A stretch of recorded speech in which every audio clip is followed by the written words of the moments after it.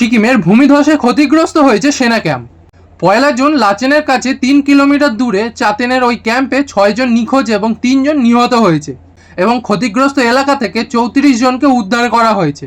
জানা গেছে গত 29 মে থেকেই ওই অঞ্চলে লাগাতার ভারী ও মুষলধারে বৃষ্টিপাতের কারণে সিকিমের বিভিন্ন জায়গায় একাধিক ভূমিধসের ঘটনা ঘটেছে।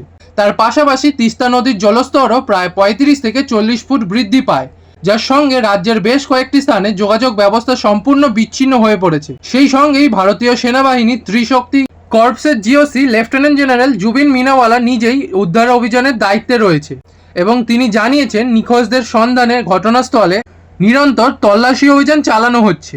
তিনি বলেন, ভূমিধসের কারণে লাচেনে প্রায় 100 জন পর্যটক আটকে পড়েছে।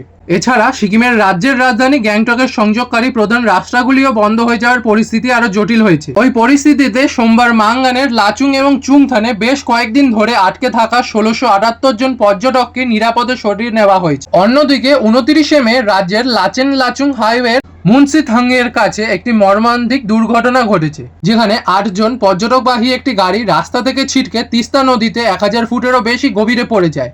প্রাথমিকভাবে তাদের খোঁজে তল্লাশি চালানো হলেও নদীতে জলস্তর অত্যাধিক বৃদ্ধি পাওয়ায় কর্তৃপক্ষ অনুসন্ধান কাজ স্থগিত করতে বাধ্য হয়।